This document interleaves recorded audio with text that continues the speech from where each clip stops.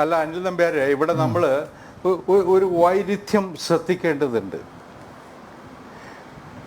കോടിയേരി ബാലകൃഷ്ണന്റെ മകനെ അറസ്റ്റ് ചെയ്ത സമയത്ത്, അയാൾക്കെതിരായിട്ടുള്ള കേസുകൾ വന്ന സമയത്ത് പാർട്ടി എടുത്ത നിലപാടെന്താ? 2 മക്കൾ വിവാദത്തിൽപ്പെട്ടിരുന്നു. മൂത്ത മകനുമുണ്ട്, രണ്ടാമത്തെ മകനുമുണ്ട്. ആ സമയത്ത് പാർട്ടി എടുത്ത നിലപാടെന്താ? അവർ രണ്ടുപേരും പാർട്ടി അംഗങ്ങൾ കൂടിയാണെന്നാണ് നമ്മളൊക്കെ മനസ്സിലാക്കിയിട്ടുള്ളത്, ബിനീഷിനെ കുറിച്ച് പ്രത്യേകിച്ചും. എന്നിട്ട് പോലും പാർട്ടി എടുത്ത നിലപാടെന്താ? അത് വ്യക്തിപരമായ കാര്യമാണ്, അവർ തന്നെ നടപടിയെടുക്കും, അവർ തന്നെ വിശദീകരിക്കും എന്നതാണ്.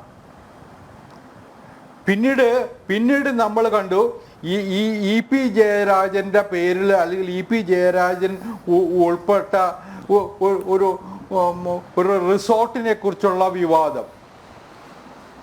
അന്നും പാർട്ടി എടുത്ത നിലപാടെന്താ? ജയരാജൻ വിശദീകരിക്കട്ടെ എന്നതാണ്. എം വി ഗോവിന്ദൻ മാഷ് ചില മുനകൾ വച്ചുകൊണ്ടുള്ള പ്രസ്താവനകൾ നടത്തിയെങ്കിലും ഔദ്യോഗിക നിലപാട്, പാർട്ടി നിലപാട് നമ്മൾ അന്നും കണ്ടിട്ടില്ല. ഇന്നിപ്പോ ഈ ഒരു പർട്ടിക്കുലർ കേസിൽ, എക്സാലോജിക്കിന്റെ കേസിൽ പാർട്ടി നിലപാടെടുക്കുന്നു എന്ന് മാത്രമല്ല, പാർട്ടി സെക്രട്ടറിയും പാർട്ടിക്ക് വേണ്ടി ഓരോ ദിവസവും വാർത്ത വരുമ്പോൾ സെക്രട്ടേറിയറ്റ് മെമ്പർമാരും വന്ന് വിശദീകരിക്കുന്നത് നമ്മൾ കാണുന്നുണ്ട്. എ കെ ബാലൻ തുടർച്ചയായിട്ട് നടത്തിയിട്ടുള്ള പ്രസ്താവനകളും നമ്മുടെയൊക്കെ മുമ്പിലുണ്ട്.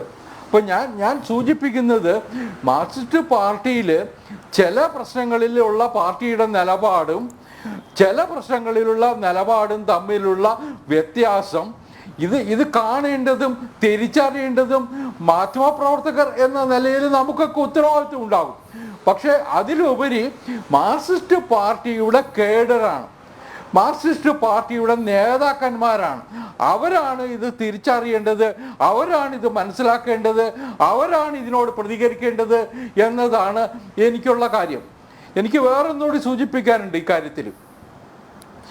ഇതിലിപ്പോൾ ഞാൻ നേരത്തെ പറഞ്ഞു, ഇത് എവിടെയും എത്തിയിട്ടില്ല ഈ കേസ്. അതിൻ്റെ മറ്റൊരു ഘട്ടത്തിലേക്ക് കടന്നു എന്ന് മാത്രമേ ഉള്ളൂ. എക്സാലോജിക്കിൻ്റെ അക്കൗണ്ട്സ് പരിശോധിക്കാൻ, CMRLന്റെ അക്കൗണ്ട്സ് പരിശോധിക്കാൻ സ്വാഭാവികമായിട്ടും ഇനി വരുന്ന ഏജൻസികൾക്ക് അവസരം ലഭിക്കും. അത് സംബന്ധിച്ചുള്ള സൂചനകൾ ROC റിപ്പോർട്ടിലുണ്ട് എന്നാണ് നമ്മളൊക്കെ മനസ്സിലാക്കുന്നത്. രണ്ടാമത്തേത്, ഈ എക്സാലോജിക്കിന് വേണ്ടി വ്യാജ റിപ്പോർട്ട് സമർപ്പിച്ച ചാർട്ടേഡ് അക്കൗണ്ടിനെതിരായിട്ട് നടപടി വേണം എന്ന് ROC ശുപാർശ ചെയ്തിട്ടുണ്ട്.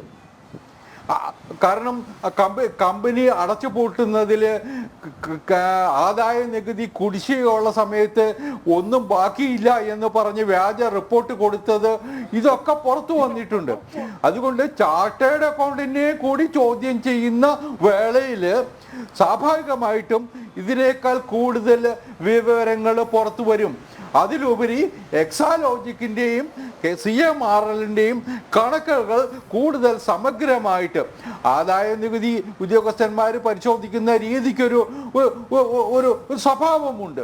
അതിനേക്കാൾ ഉപരി സമഗ്രമായിട്ട് എൻഫോഴ്സ്മെന്റ് ഡയറക്ടറേറ്റോ CBIയോ പരിശോധിക്കാൻ തുടങ്ങുമ്പോഴാണ് ഇതിൻ്റെ പൂർണ്ണ വിവരം, ഈ സംഭവത്തിൻ്റെ പൂർണ്ണ വിവരം നമുക്ക് ബോധ്യമാകും. അതുവരെ നമുക്ക് ഇത്രായിരം കോടികൾ, ഇത്രായിരം തട്ടിപ്പ് എന്നൊക്കെ നമുക്ക് പറയാം. പക്ഷേ ഇത് അന്വേഷണം നടക്കട്ടെ, അതിലേക്ക് കാര്യങ്ങൾ എത്തും എന്ന കാര്യത്തിൽ എനിക്കൊരു ആശങ്കയുമില്ല.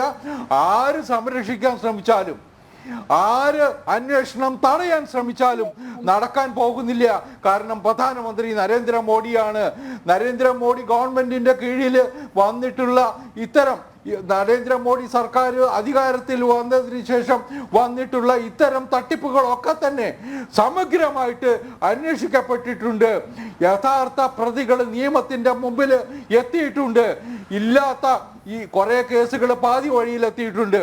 അതും നേരായ പാതയിലാണ് നീങ്ങുന്നത് എന്നുള്ള യാഥാർത്ഥ്യം നമ്മൾ കാണണം എന്നതാണ് എനിക്ക് ഈ വട്ടത്തിൽ സൂചിപ്പിക്കാനുള്ളത്.